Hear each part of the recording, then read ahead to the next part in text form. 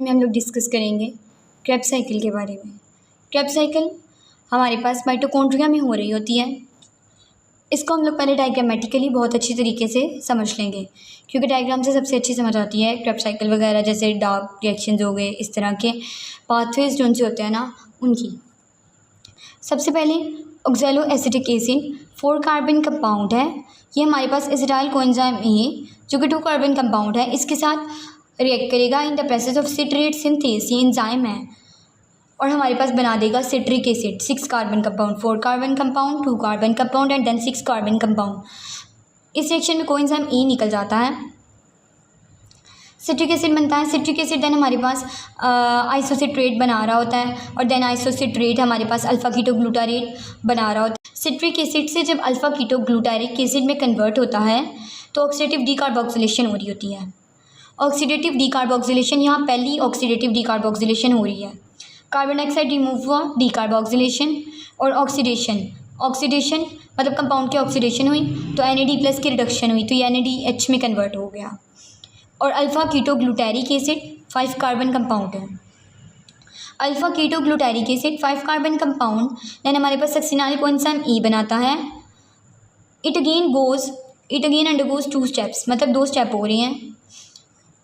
पहले में हमारे पास होगा कि वही ऑक्सीडेटिव डीकार्बोक्सिलेशन, ये दूसरी होगी। आप लोगों ने याद रखना है, पहली ऑक्सीडेटिव डीकार्बोक्सिलेशन, दूसरी oxidative decarboxylation. Carbon dioxide remove हुआ, डीकार्बोक्सिलेशन और ऑक्सीडेशन हुई कंपाउंड की, NAD+ NADH में कन्वर्ट हो गया।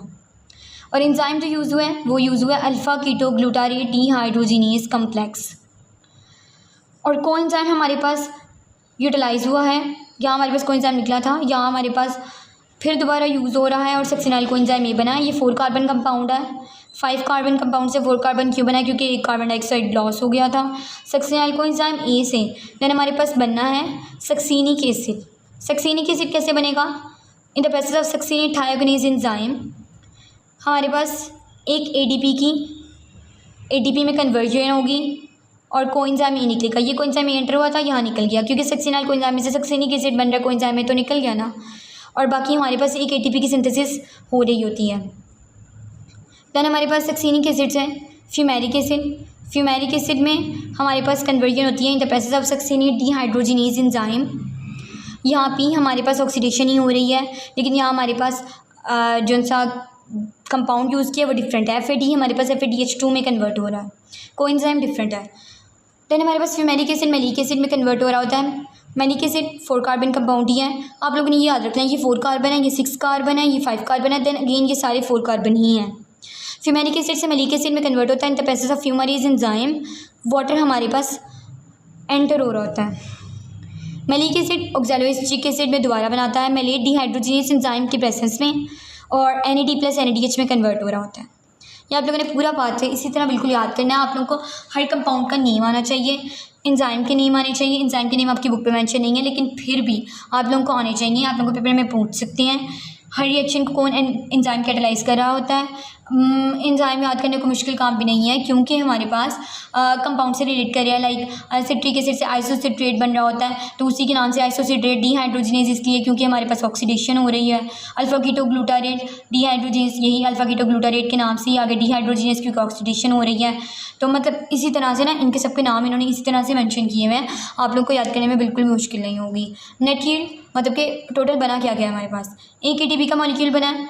ये हमारे पास सबस्ट्रेट लेवल फॉस्फोराइलेशन हो रही होती है। यहाँ पे हमारे पास 3 NADH, हमारे पास ये पहला NADH, ये दूसरा NADH और ये हमारे पास तीसरा NADH। 1 FADH2, ये 1 FADH2। ये हमें पता है कि 3 NADPH, एक NADH का मॉलिक्यूल जो सा होता है ना वो हमारे पास बना रहा होता है 3 ATP और एक FADH2 का मॉलिक्यूल बना रहा होता है हमारे पास 2 ATP के मॉलिक्यूल। आगे हम लोग इलेक्ट्रॉन ट्रांसपोर्ट चेन में भी फर्दर देखेंगे। क्रेब्स साइकिल, ज़्यादातर क्रेब्स साइकिल पे जो उनका काम था ना वो किया था सर हैंस क्रेब्स ने, इसी तरह से इसका नाम क्रेब्स साइकिल है। मतलब साइंटिस्ट के नेम की बेसिस पे रखा हुआ है क्रेब्स साइकिल। मेल्विन कैल्विन की नेम की बेस पे हम लोगों ने डार्क रिएक्शंस का नेम रखा था कैल्विन साइकिल। तो मतलब ये साइंटिस्ट के नेम के बेसिस पे ही ज़्यादातर साइकिल्स के नाम रखे जाते हैं। It's also called citric acid cycle because first compound found is 6 carbon citric acid. इसमें हमारे पास पहला कंपाउंड जो बनता है वो 6 कार्बन होता है, जो डार्क रिएक्शन से जो हमने पहले पढ़े, मैं इसलिए आप लोगों को रिलेट करके बता रही हूँ क्योंकि वो भी साइक्लिक पाथवे था।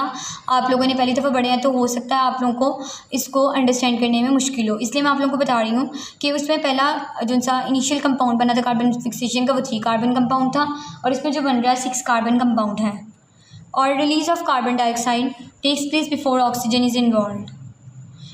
कार्बन डाइऑक्साइड हमारे पास पहले ही रिलीज़ हुई है, ऑक्सीजन तो अभी हमारे पास आई नहीं है। ऑक्सीजन तो इलेक्ट्रॉन ट्रांसपोर्ट चेन में हम लोग देखेंगे।